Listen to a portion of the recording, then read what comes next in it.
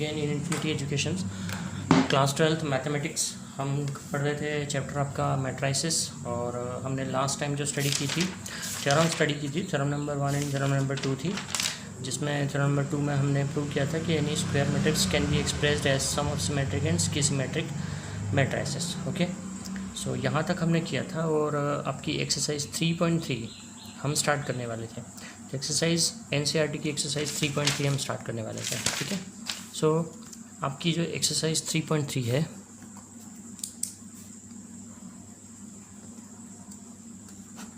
उस एक्सरसाइज में जो फर्स्ट क्वेश्चन है, देखिए ये जो टॉपिक बेस्ड है, ये जो एक्सरसाइज बेस्ड है वो ट्रांसपोज ऑफ मैट्रिक्स पर बेस्ड है। ठीक है, ट्रांसपोज ऑफ मैट्रिक्स मींस क्या है, किसी भी मैट्रिक्स की रोज और कॉलम्स को आपस में इंटरचेंज कर दें तो that matrix will be called the transpose of the given matrix. If you change the rows into column और change column into rows, the matrix obtained is called the transpose of given matrix. तो ये जो पूरी exercise है ये transpose पर ही based है। ठीक है, तो इसका जो फर्स्ट क्वेश्चन है इसमें आपको सिर्फ ट्रांसपोज फाइंड करना है, जो कि आप इजीली फाइंड कर सकते हो, मेरी इसमें नीड नहीं है। Second question, third question, fourth question, तो the exercise is very simple. So मैं इसका थोड़ा सा एक डिफरेंट क्वेश्चन ही लेता हूँ, क्योंकि आपको ट्रांसपोज और मल्टीप्लिकेशन ये दो चीज़ें आ गई है मैट्राइसिस के ऑपरेशंस, है ना। मल्टीप्लिकेशन ऑफ मैट्राइसिस हमने लास्ट टाइम किया था, लास्ट लेक्चर में हमने किया था, और ट्रांसपोज आप सीख लिए हैं क्या होता है। तो क्वेश्चन नंबर 6, 7 तक आप आसानी से कर सकते हैं, क्वेश्चन नंबर 8 भी आप कर सकते हो ईजिली, 9 भी। तो मैं ले रहा हूँ सीधे क्वेश्चन नंबर 10। ओके, जो आपका क्वेश्चन नंबर 10 है, उस क्वेश्चन नंबर 10 में आपको एक्सप्रेस करना है गिवन मैट्राइसिस को as a sum of symmetric and skew symmetric matrix. ठीक है, जो आपने लास्ट टाइम थ्योरम की थी, इस थ्योरम में आप किसी भी स्क्वायर मैट्रिक्स को सिमेट्रिक और स्क्यूसिमेट्रिक मैट्राइसिस के सम के फॉर्म में लिख सकते हैं। तो आपने किस तरीके से लिखा था आप देख रहे हैं, जैसे ए आपका गिवन स्क्वायर मैट्रिक्स था, है ना, half of A plus A dash and half of A minus A dash. इसमें half of A plus A dash क्या था, P, that is symmetric matrix, and half of A minus A dash था skew symmetric matrix. तो किसी भी square matrix का symmetric matrix कौन होता है, half of A plus A dash, and skew symmetric matrix होता है half of A minus A dash. That is half of sum of matrix and its transpose, and half of difference of matrix and its transpose. So one is symmetric and the other is schisymmetric matrix. So if you have to express, question is, मैं question लिख रहा हूँ,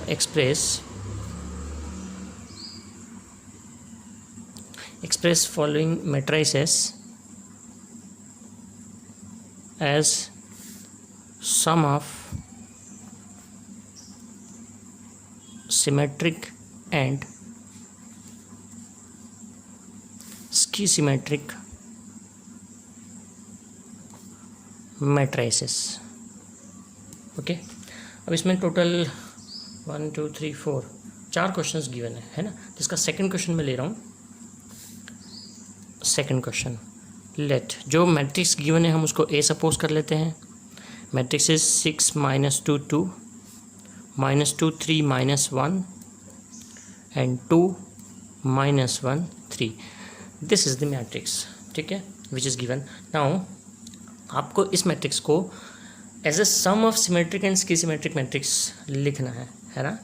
तो सबसे पहले हम find करते हैं हाफ ऑफ, लेट, इसको हम सपोज कर लेते हैं, let p is equals to half of a plus A dash.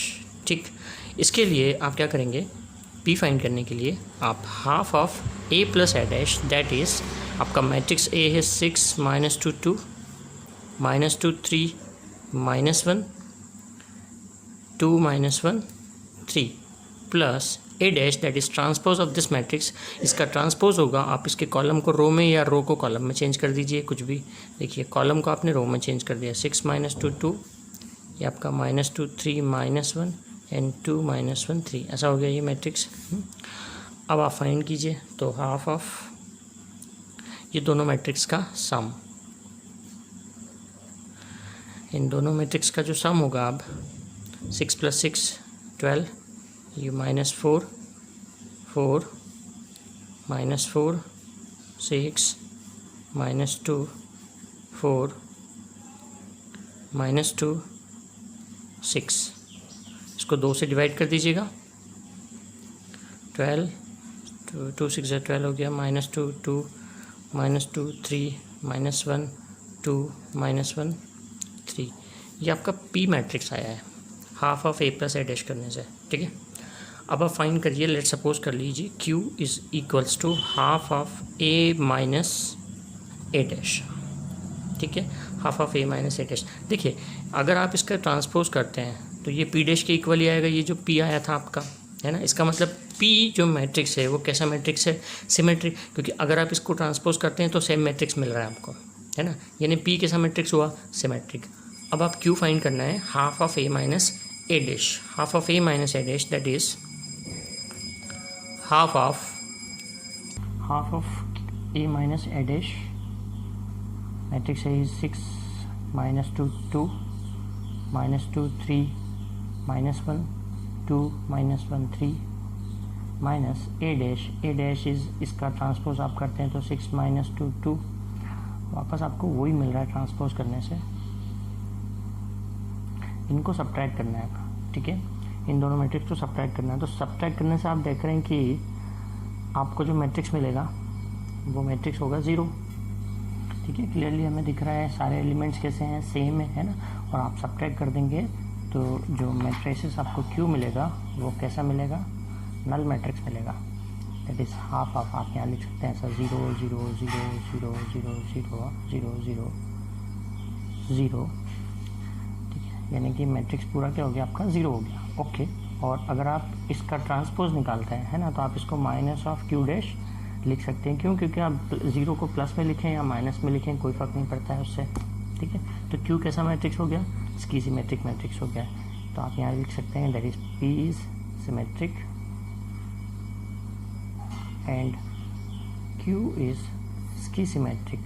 तो क्या अभी आपने खाली ये बताया है कि P और Q सिमेट्रिक और स्की सिमेट्रिक है। आपको क्वेश्चन में ये था कि इस मैट्रिक्स को, गिवन मैट्रिक्स को as a sum of symmetric and skew symmetric है। तो क्या आप A को as a P plus Q लिख सकते हैं क्या, ठीक है। तो आप पहले P प्लस Q फाइंड करके देखिए कि P प्लस Q कितना आता है आपका, P प्लस Q। P जो मैट्रिक्स आया था वो आपका A के इक्वल ही था, देखिए 6 -2 2 -2 3 -1 एंड 2 -1 3 प्लस Q मैट्रिक्स है 0। तो P प्लस Q करने से क्या आ रहा है, मैट्रिक्स है, क्योंकि ये मैट्रिक्स है कि इक्वल ही है P, है ना। तो आपने एक्सप्रेस कर दिया गिवन मैट्रिक्स A को as a sum of symmetric and skew symmetric. ये आपको प्रूव करना था, ध्यान रखिएगा। पहले आप निकालेंगे half of A plus A dash और प्रूव करेंगे कि वो सिमेट्रिक है। फिर निकालेंगे आप half of A minus A dash और बताएंगे कि वो स्की सिमेट्रिक है। फिर आप निकालेंगे उन दोनों का सम P प्लस Q जो कि A के इक्वल आना चाहिए, तो आपका क्वेश्चन होता है प्रूव, ठीक। तो इसमें टोटल 3 क्वेश्चन थे, जिसका मैंने एक क्वेश्चन लिया था। इसमें टोटल 4 क्वेश्चन है, 1 2 3 एंड 4। तो मैंने एक आपको करके बताया क्वेश्चन की कैसे होगा ये। रिमेनिंग 3 क्वेश्चंस की प्रैक्टिस आप करेंगे, है ना, और इजीली आपसे हो जाएंगे, वो प्रैक्टिस करेंगे। लेकिन आप चूज़, अब इसका क्वेश्चन नंबर 11 है, choose the correct answer in the exercise 11 and 12। Okay, correct answer से चूज़ करना है इसमें, ऑब्जेक्टिव क्वेश्चन है वो। तो क्वेश्चन नंबर 11 उसका है कि A और B सिमेट्रिक मैट्रिसेस हैं of same order, then AB minus B is a symmetric, skew symmetric, zero और आइडेंटिटी मैट्रिक्स। देखिए मैं आपको बताता हूँ इसमें क्वेश्चन नंबर 11 में। क्वेश्चन नंबर 11 इनका ये है कि A and B are symmetric, A and B are symmetric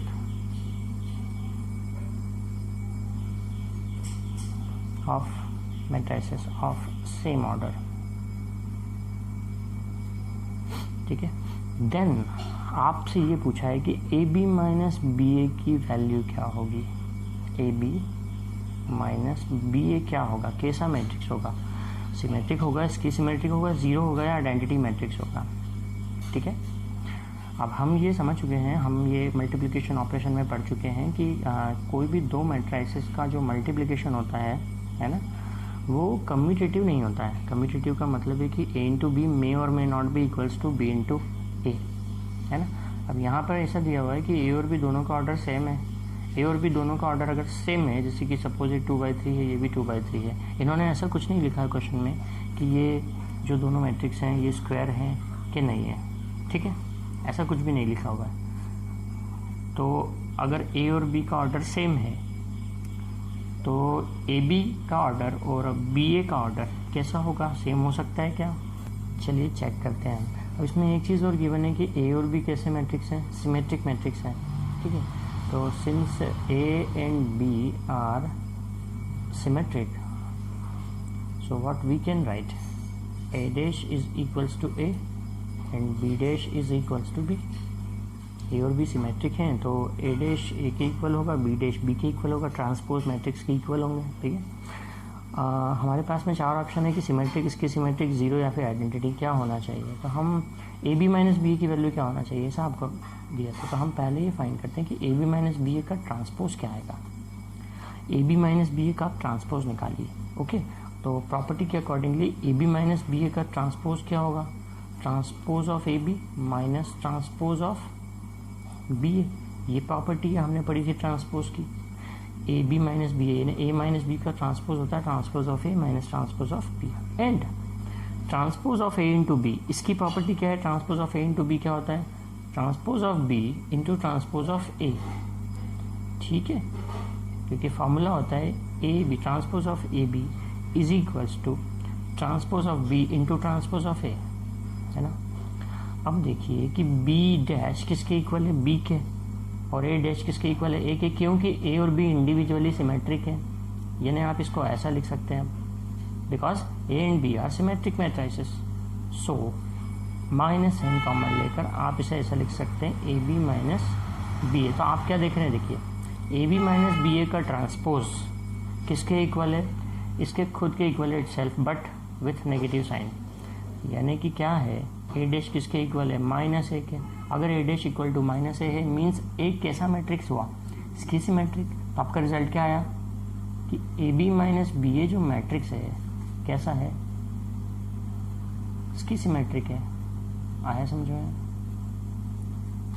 ठीक है। आपके पास 4 ऑप्शन थे कि ए बी माइनस बी ए कैसा होगा, सिमेट्रिक, इसके सिमेट्रिक, जीरो या आइडेंटिटी। तो पहली बार में देख के आप सीधे जीरो मत लिख देना, क्योंकि A B minus B A B और बी ए मे और मे नॉट बी इक्वल। हमने बताया ना, मल्टीप्लिकेशन ऑफ मैट्रिसेस मे और may not be commutative, okay. So हम डायरेक्ट आंसर नहीं लिखेंगे, हम उसको कैलकुलेट करेंगे। Since A and B are symmetric, so a dash equals to a, b dash equals to b, then find the transpose of this matrix a b minus b a। कि ये क्या आता है, क्योंकि ऑप्शन में आपके पास symmetric, इसके symmetric भी है, तो पहले ट्रांसपोज निकाल के देखिए किसके इक्वल आ रहा है। वो negative of A B minus B A के इक्वल आ रहा है, मतलब कि A B minus B A इसकी सिमेट्रिक मैट्रिक्स हुआ, ठीक है। ये आपका 11th नंबर का क्वेश्चन था, ओके। 12th नंबर के क्वेश्चन में आपको अगेन वो कैसा है, MCQ क्वेश्चन है। इसमें आपको एक मैट्रिक्स गिवन है, 12th नंबर का मैट्रिक्स है। इसमें आपको एक मैट्रिक्स गिवन है, A equals to cos alpha minus sine alpha cos alpha. So a plus a dash equals to I if the value of alpha is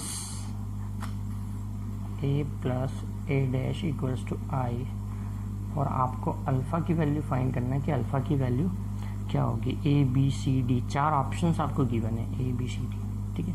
आपको alpha की value find करनी है। तो अब हम क्या करेंगे, ए तो गिवन ही है, A plus A dash equals to I, ऐसे एक इक्वेशन बना लीजिए, ठीक है।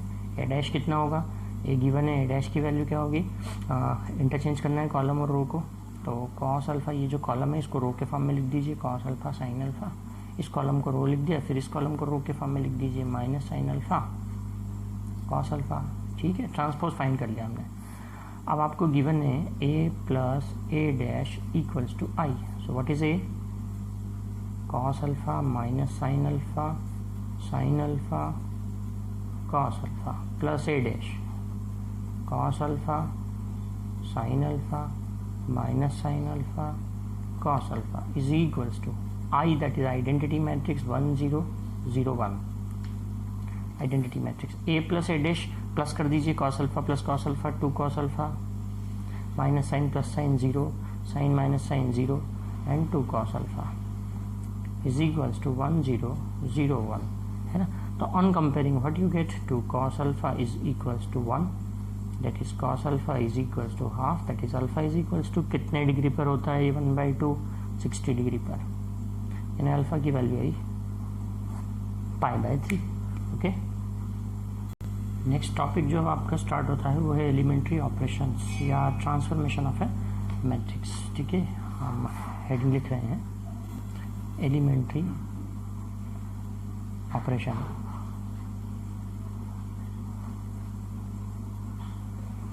एलिमेंट्री ऑपरेशंस और ट्रांसफॉर्मेशन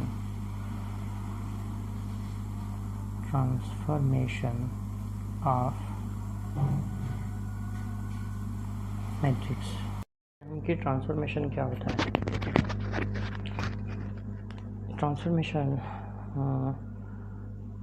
सबसे पहली चीज़, ट्रांसफॉर्मेशन मीन्स एक ऑपरेशन, जैसे कि आपने मल्टीप्लिकेशन और ट्रांसपोज किया था, तो ट्रांसपोज में आपने ऑपरेशन ये कर सकते थे कि मैट्रिक्स की रोज़ और कॉलम्स को आपस में आप इंटरचेंज कर सकते थे। ठीक है, यहाँ एलिमेंट्री ऑपरेशन या जिसको कहते हैं ट्रांसफॉर्मेशन ऑफ मैट्रिक्स का मतलब है हमें मैट्रिक्स को ही चेंज कर रहे हैं। तो हम क्या क्या उसमें ऑपरेशंस यानी एलिमेंट्री ऑपरेशंस लगा सकते हैं। ठीक है, तो क्या क्या एलिमेंट्री ऑपरेशन आप लगा सकते हैं? There are 3 elementary operations which you can use.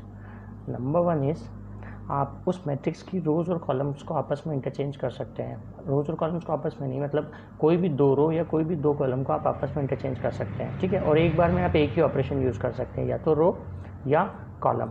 जैसे कि मैंने ith रो को jth रो में क्या कर दिया, चेंज कर दिया, यानी इन दोनों रो को मैंने इंटरचेंज कर दिया। जैसे कि सपोज़ आपका मैट्रिक्स था, कोई भी हमने मैट्रिक्स ले लिया, 1 0 -2 3 1 2 -1 -2 एंड 4। अब ये आपका मैट्रिक्स है। अगर आपने Ri Rj यानी कि सपोज़ आपने R1 और R2 को इंटरचेंज किया, तो R1 R2 को इंटरचेंज करने से आपको क्या मिलेगा? 3 1 2 1 0 -2। क्या हुआ? फर्स्ट और सेकंड रो आपस में इंटरचेंज हो गई, ठीक है। सिमिलरली आप ith कॉलम को jth कॉलम से इंटरचेंज कर सकते हैं। जैसे कि C1 C2 को आपने इंटरचेंज किया, इस सिंबल का मीनिंग क्या होगा? आप इंटरचेंज कर रहे हैं C1 C2 को। इसी मैट्रिक्स का एग्जांपल लें, C1 C2 को अगर हम इंटरचेंज करें तो 1 0 -2 ये कॉलम यहाँ आ जाएगा, सेकंड कॉलम, और फर्स्ट कॉलम यहाँ आ जाएगा। ठीक है, third column as it is है।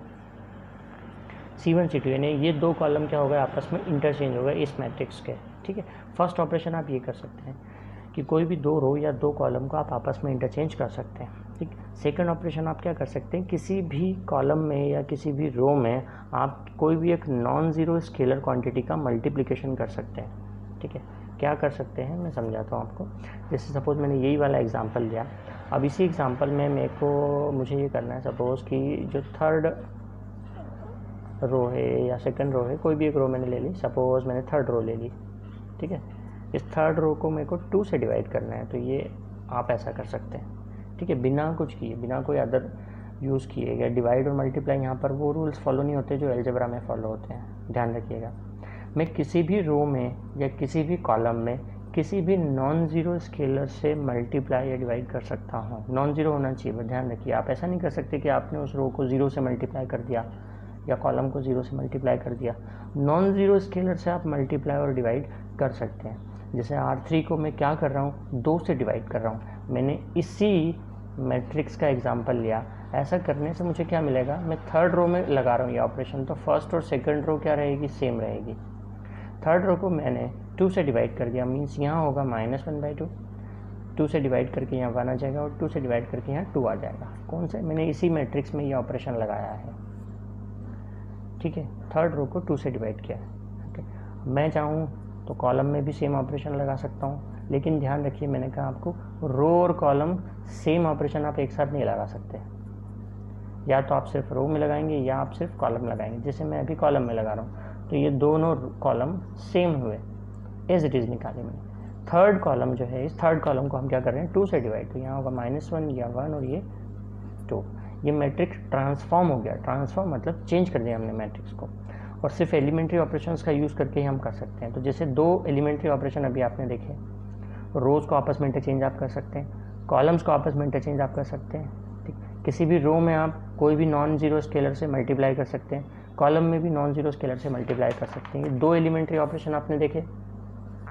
तीसरा एलिमेंट्री ऑपरेशन ये है कि आप किसी भी 2 रो को या 2 कॉलम को आपस में ऐड या सब्ट्रैक्ट कर सकते हो।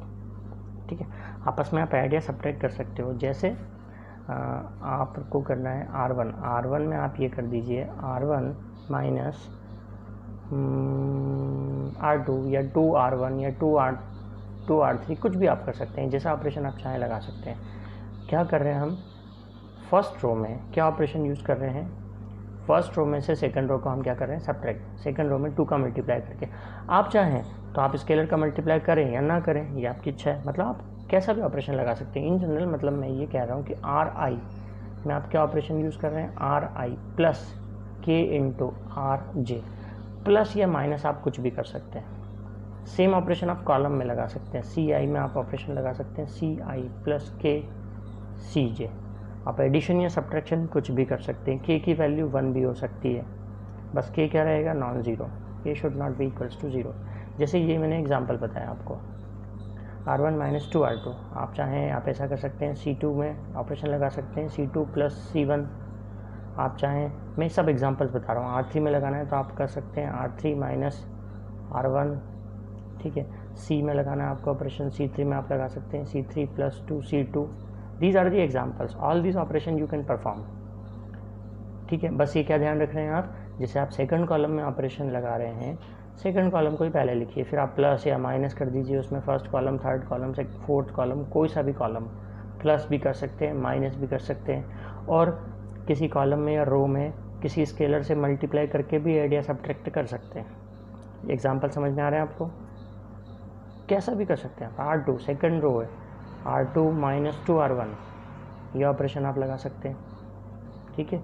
R2 माइनस R1, ये ऑपरेशन आप लगा सकते हैं।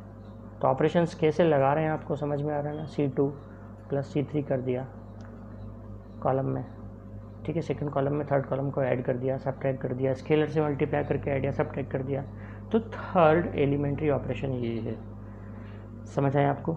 You can use 3 elementary operations either in rows और इन कॉलम्स। अब एक बात का आपको ध्यान रखना है कि जब भी आप एलिमेंट्री ऑपरेशंस का यूज़ कर रहे हैं तो या तो आप सिर्फ रो ऑपरेशंस का यूज़ करेंगे या आप सिर्फ कॉलम ऑपरेशंस का यूज़ करेंगे। आप रो और कॉलम दोनों को एक साथ यूज़ नहीं कर सकते ट्रांसफॉर्मेशन के लिए, ये आप ध्यान रखिएगा, ठीक है। समझ में आया है ना। मतलब अगर आप किसी एक मैट्रिक्स को ट्रांसफॉर्म कर रहे हैं, ठीक है, एलिमेंट्री ऑपरेशंस यूज़ कर रहे हैं, तो आप या तो सिर्फ रो ऑपरेशंस को यूज़ कीजिए या सिर्फ कॉलम ऑपरेशंस को यूज़ कीजिए, ठीक है। दोनों को एक साथ यूज़ हम नहीं करेंगे, है ना। तो एलिमेंट्री ऑपरेशंस क्या है आपको ये समझ में आया। अब हम एक लास्ट ऑपरेशन जो मैट्रिसेस में होता है, यानी कि मैट्रिसेस की जो यूटिलिटीज़ हैं, है ना, जो एक लास्ट टॉपिक है मैट्रिसेस का, वो है इन्वर्स ऑफ मैट्रिक्स, है ना। क्या मैट्रिक्स का इन्वर्स पॉसिबल है, क्या हम मैट्रिक्स का इन्वर्स फाइंड कर सकते हैं। तो वो इन्वर्स ऑफ मैट्रिक्स क्या होता है, ठीक है, इन्वर्स ऑफ मैट्रिक्स। तो सबसे पहली चीज़ मैं आपको बता दूं कि किसी भी मैट्रिक्स का इन्वर्स, यानी कि हर एक मैट्रिक्स का इन्वर्स फाइंड नहीं किया जा सकता है, हर एक मैट्रिक्स का इन्वर्स फाइंड नहीं किया जा सकता। सिर्फ और सिर्फ स्क्वायर मैट्रिक्स जो होते हैं उन्हीं का इन्वर्स एग्जिस्ट करता है, बाकी अदर मैट्रिसेस का इन्वर्स एग्जिस्ट नहीं करता है, ठीक है। अब जैसे इसकी डेफिनेशन अगर मुझे लिखना है तो मैं ऐसा लिख सकता हूँ कि अगर कोई एक स्क्वायर मैट्रिक्स है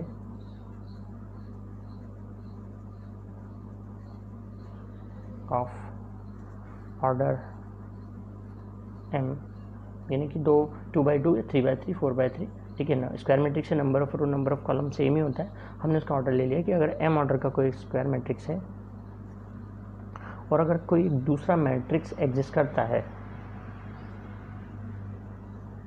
if there exist another matrix, उस मैट्रिक्स को हम B मान लेते हैं,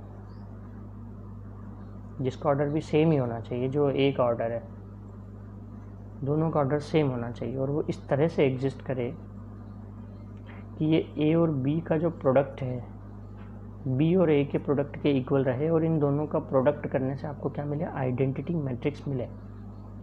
देखिए A एक स्क्वायर मैट्रिक्स है, अगर कहीं एक दूसरा मैट्रिक्स B एग्जिस्ट इस तरीके से एग्जिस्ट करता है कि A और B का प्रोडक्ट B और A के प्रोडक्ट के इक्वल हो, और ये जो प्रोडक्ट है वो प्रोडक्ट करने से क्या आ जाए, आइडेंटिटी मैट्रिक्स आ जाए, तो हम क्या कहेंगे, ये B किसका इन्वर्स है, A का, then B is called inverse of A, ठीक है, और उसको किससे डिनोट करेंगे आप, ए इनवर्स, दैट इज आप क्या लिख रहे हैं, ए का इनवर्स कौन है, बी है, ठीक है। तो ए को हम बोलेंगे A is invertible, A is invertible. अगर ऐसा कोई बी एक मैट्रिक्स एग्जिस्ट करता है कि दोनों का प्रोडक्ट करने से आइडेंटिटी मैट्रिक्स आ जाए तो ए इन्वर्टिबल होगा, अदरवाइज ए इन्वर्टिबल नहीं है, ठीक है, समझ आया आप लोग को, है ना। तो ए बी का इन्वर्स है, यहाँ पे बी ए का इन्वर्स है, दोनों का आप बोल सकते हैं कि ए का इन्वर्स बी है या बी का इन्वर्स ए है, समझ में आया।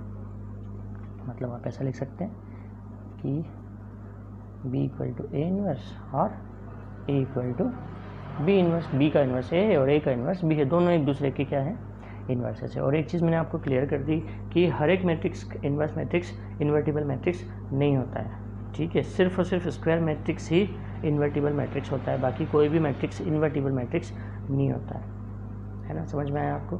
मीन्स ये इक्वेशन सेटिस्फाई होनी चाहिए, A B equal to B A equal to I, दोनों मैट्रिक्स का प्रोडक्ट करने से क्या आ जाए, आइडेंटिटी मैट्रिक्स आ जाए। Then these matrices are invertible matrices and they are the inverse of each other, okay. तो इन्वर्स ऑफ मैट्रिक्स क्या है समझ में आया आपको। अब आगे के जो क्वेश्चंस हैं वो इसी टॉपिक पर बेस्ड हैं, इन्वर्स ऑफ मैट्रिक्स पर, बट उसके पहले कुछ थ्योरम्स हैं जो हमें इस टॉपिक की करनी है, इन्वर्स ऑफ मैट्रिक्स की। थ्योरम नंबर 3 जो है से इम्पॉर्टेंट थ्योरम है, 3 और 4 दोनों इम्पॉर्टेंट थ्योरम है। थ्योरम नंबर 1 और 2 आपने ट्रांसपोज वाले टॉपिक में की थी। थ्योरम नंबर 3 है uniqueness of inverse, uniqueness of inverse. इसका मीनिंग क्या है कि किसी भी मैट्रिक्स का सिर्फ एक और एक ही इन्वर्स एग्जिस्ट करता है, एक मैट्रिक्स के एक से ज़्यादा इन्वर्स नहीं हो सकते, इसका मीनिंग ये है एक्चुअली, ठीक है, कि inverse of square matrix if it exist is unique. अब इस थ्योरम को हमें प्रूव करना है। थ्योरम क्या है आपको समझ में आ गई ना, कि किसी भी स्क्वायर मैट्रिक्स का सिर्फ एक ही इन्वर्स होगा, एक से ज़्यादा इन्वर्स नहीं होते हैं उस मैट्रिक्स के, है ना। अब इसको हमको प्रूव करना है इस थ्योरम को कि यस ऐसा ही होता है। तो उसके लिए हम एक मैट्रिक्स ले लेते हैं, ये एक स्क्वायर मैट्रिक्स है। इन जनरल मैट्रिक्स को आप ऐसा लिखते हैं ए आई जे, मान लेते हैं ये एक स्क्वायर मैट्रिक्स है। अब आपको ये प्रूव करना है कि इस मैट्रिक्स का सिर्फ एक ही इन्वर्स होगा, है ना। तो हम ये मान लेते हैं, कॉन्ट्राडिक्शन से हम इसको प्रूव कर देंगे। हम मान लेते हैं कि इसके एक से ज़्यादा इन्वर्स हैं, 2 इन्वर्स है मान लिया हमने। Suppose B and C are 2 inverse of matrix है, ये 2 इन्वर्स हैं, ठीक है। तो आपको क्या प्रूव करना है, अगर ये 2 इन्वर्स हैं इसका मतलब ये दोनों कैसे होंगे, सेम होंगे। आप क्या प्रूव कर दोगे, B इक्वल टू सी। आपको प्रूव क्या करना है, यूनिकनेस, कि एक ही इन्वर्स होगा। आपने मान लिया 2 इन्वर्स हैं, 2 इन्वर्स हैं तो दोनों क्या होंगे, आपस में इक्वल होंगे, यही आप प्रूव करोगे, ठीक है। तो देखिए B इन्वर्स है किसका, A का, since B is inverse of A, तो ये वो इक्वेशन सेटिस्फाई करेगा जो हमने डेफिनेशन बताई, A B equal to B A equal to I, है ना, A B equal to B A equal to I. C भी इन्वर्स है ए का, तो सी भी इस इक्वेशन को सेटिस्फाई करेगा, A C equal to C A equal to I करेगा ना, सेटिस्फाई, ठीक है। तो देखिए कि A B equal to B A equal to I. Identity matrix क्या होता है ये हम जानते हैं, क्या कि आइडेंटिटी मैट्रिक्स का किसी भी मैट्रिक्स में मल्टीप्लाई करो तो वही मैट्रिक्स मिलता है आपको, सेम मैट्रिक्स मिलेगा, है ना। बी को हम लिख सकते हैं बी इंटू आई, आइडेंटिटी मल्टीप्लाई करने से कोई फ़र्क नहीं पड़ता है। अब देखिए आई किसके इक्वल है, आई किसके इक्वल है, ए सी सी ए दोनों के इक्वल है ना। अगर आप आई की जगह पे लिख दें ए इंटू सी, आई के प्लेस पे आपने क्या पुट कर दिया, A into C, commutative law associative law satisfy होता है मैट्रिसेस में, हमने यहाँ प्रॉपर्टीज़ में बताया आपको। बी इंटू ए सी को आप लिख सकते हैं बी ए इंटू सी, मैट्रिसेस में कम्यूटेटिव लॉ फॉलो होता है, ये हम आपको बता चुके हैं, ठीक है, प्रोडक्ट ऑफ मैट्रिसेस में। अब ये देखिए कि बी इंटू ए किसके इक्वल है, बी इंटू ए किसके इक्वल है, आई के, तो आप इसको लिख सकते हो I into C, and I into C क्या होगा, सी होगा। तो अल्टीमेटली क्या प्रूव हो गया, B equal to C, hence proved कि किसी भी मैट्रिक्स के, स्क्वायर मैट्रिक्स के सिर्फ एक ही एक इन्वर्स होगा, एक से ज़्यादा इन्वर्स एग्जिस्ट नहीं करेंगे। तो बहुत छोटी सी सिंपल सी थ्योरम थी जो हमने प्रूव कर दी। थ्योरम नंबर 4, ये मोस्ट टाइम की थ्योरम है, ये आपके एग्ज़ाम में भी पूछी जा सकती है, ठीक है। Theorem 4, what is the theorem? Theorem में आपको प्रूव करना है ए और बी दो इन्वर्टिबल मैट्रिसेस हैं, सेम ऑर्डर के हैं, then inverse of A B equal to B inverse into A inverse. ये आपको प्रूव करना है थ्योरम। थ्योरम मैंने कहा मोस्ट टाइम पे थ्योरम है। क्या प्रूव करना है? ए और बी दो इन्वर्टिबल मैट्रिसेस गिवन है, सेम ऑर्डर के हैं दोनों। So inverse of product of these two matrices equals to product of inverse of these matrices in reverse order, A B inverse equal to B inverse A inverse. Since ये theorem है तो हम इसको आगे further कहीं भी use कर सकते हैं, directly as a formula use कर सकते हैं हम इसको, है ना। बट उसके पहले हमें ये प्रूव करना है। अगर आप इसको ध्यान से देखेंगे तो प्रूव क्या करना है आपको कि ए इंटू बी का इन्वर्स क्या है, B inverse into A inverse, ऐसा आपको प्रूव करना है। इन्वर्स का फंडामेंटल अभी आपने पढ़ा, डेफिनेशन पढ़ी इन्वर्स की। क्या डेफिनेशन है? अगर बी ए का इन्वर्स है तो इन दोनों का प्रोडक्ट किसके इक्वल आएगा? आई के इक्वल आएगा ना। अगर बी ए का इन्वर्स है या ए बी का इन्वर्स है तो उन दोनों का प्रोडक्ट किसके इक्वल होता है? आई के इक्वल होता है, ठीक है। अगर आपने ये प्रूव कर दिया, आपको ये बताना है कि ए बी का इन्वर्स कौन है, B inverse into A inverse, है ना। तो इन दोनों का प्रोडक्ट किसके इक्वल आना चाहिए? आई के इक्वल आना चाहिए। अगर आपने ऐसा प्रूव कर दिया कि इन दोनों का प्रोडक्ट आई के इक्वल है तो आपकी थ्योरम प्रूव हो गई, ठीक है ना। हाँ तो चलो सॉल्व करते हैं इसको।